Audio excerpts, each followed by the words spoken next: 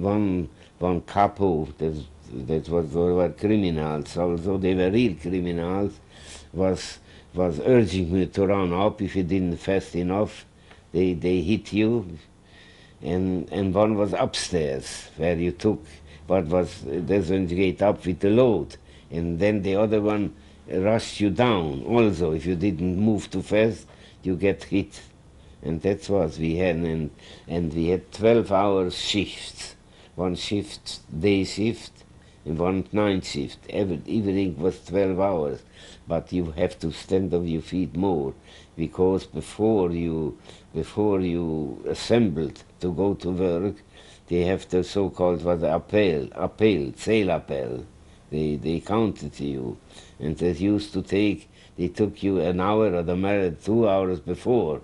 They wake you up, and you have to stay till all the people, and all people were hiding. They want to go. They want to go to work till they get out, everyone, and finally till it was everything together. We marched out. We marched to the place. It took so late. It's here, half an hour or maybe less or a little bit more. And the same thing homecoming. And in homecoming was the same procedure, and you couldn't go home not before every people came. A lot of people didn't work, they were hiding. So they have to look them for where they are until they get them together. It took away also from our relaxing time. For a sleeping time took away. So you were more the most from time of the day we have to be on your feet.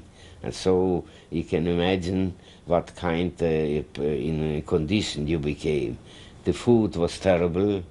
They gave you for lunch a soup or a tea, has no calories in it, and they gave you, I think, 800 calories for so-called the main dish in the evening. With I don't know, we 8 people were sharing a bread while they making, and they gave you a little salami like you can see through, and something, a soup which had no calories in it, no fat, and no everything, no, let's see, no nothing, just grass. And that's to keep you naturally people falling down and getting sick. First we were getting full of louse, getting lost, and the louse they were sick, and from the louse you're getting the so-called flag fever, and so people didn't didn't survive. From that company we were 220 men. I think 40 we survived from that, and from other one which were older, in older age, not even that, even nobody. They started to just, they fell like the flies in summer. That was our life in Wildorf.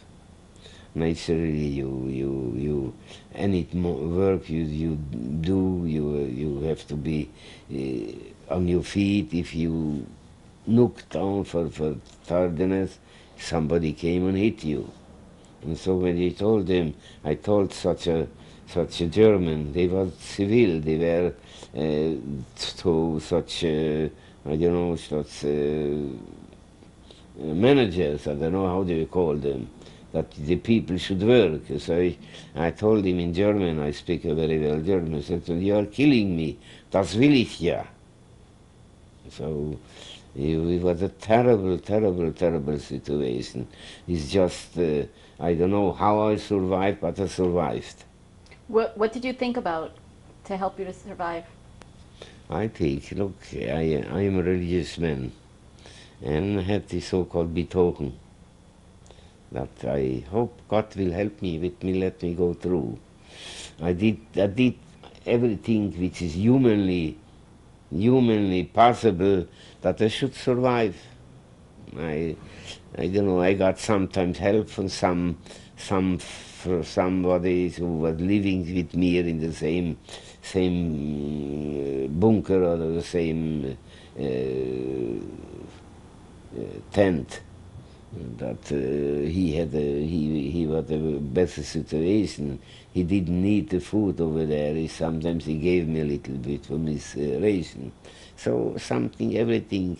I sold my shoes for bread, and I sold my, I don't know, I had a warming thing here around in, I sold it also for food, for bread, for apple, anything which I get for it. So that's we tried. You have to be very big effort to have to getting through. Sometimes we steal a few potatoes, and sometimes we worked by potatoes, and so there we cooked. So always came a little bit, not too much, but it wasn't enough to survive. And when I get liberated, it was 39 kilos.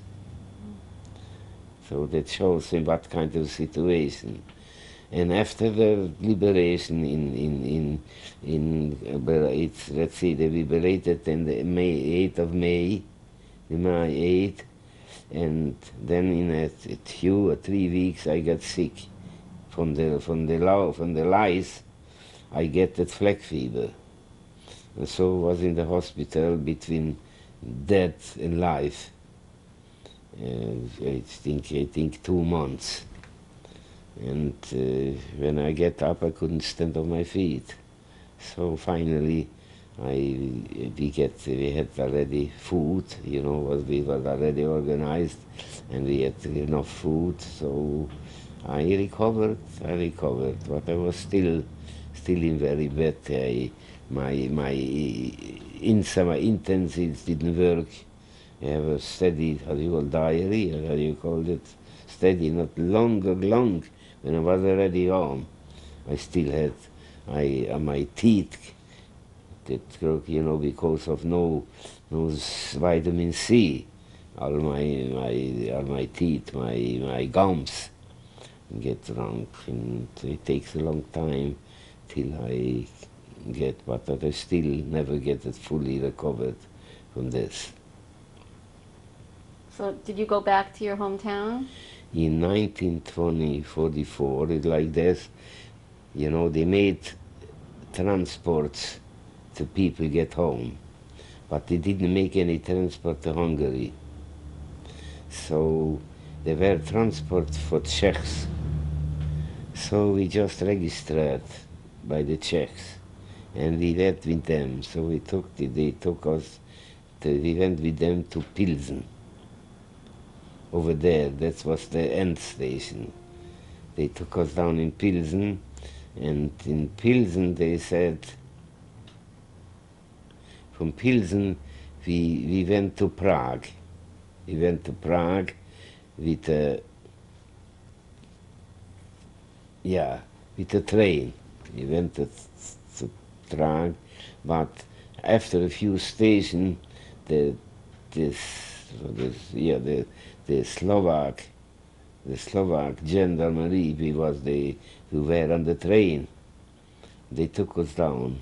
They said we had no documents, we had no tickets for it, and they took us over there in a concentration camp where the Germans have been.